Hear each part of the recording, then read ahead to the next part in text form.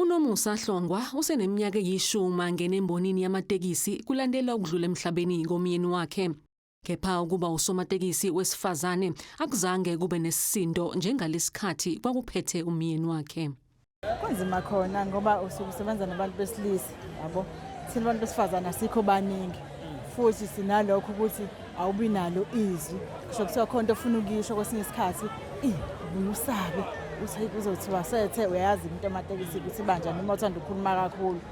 uHlongwa walikhalphela leli bhizinisi njengoba waphinde waqala elokudayisa ukudla khona esikhumulweni samatekisi ukuze aqaphe ukusebenza kwamatekisi akhe.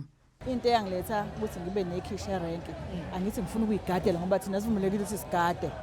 So manje mangizogoqoza amabhodi ngilo ngithi inhlanga ngiyakwazi ukubona ukwenzakalani la. Yayibona Omunye wabesifazane bokuqala ukuba osomatekisi kwamaphumulo umama uBibi Mngadi. Umyalezo wakhe kwabanye abantu besifazane munye. Ngiyafisa ukuthi abantu besifazane bengasabeli ukuthi itekisi. Etekisini kuyaphilwa futhi etekisini namhlanje akusafiwa. Etekisini kwakufiwa kuqala akusafiwa. Inhlangano yamatekisi yakwamaphumulo yithi ifuna abanye abantu besifazane balandele ezinyaweni zalaba asebekhona. Khona izinto thina esingakwazi ukuzenza makunenkinga hlamba amaphasela kanti mase nomuntu wesimame vele simbe sithi hayibo phuthuma la nakho khona singakuboni kahle oqondene nabantu besimame thola ukuthi bayasiza lapho futhi nje kusebenzeka kahle nabantu besimame.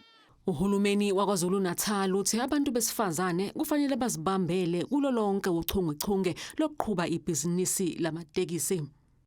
Omama bakwamaphumulo bona bathi sebengaphakathi kulemboni kanti banxusa oza kwabo besilisa ukuba babathathe njengabantu abanamandla nabo kulomkhakha.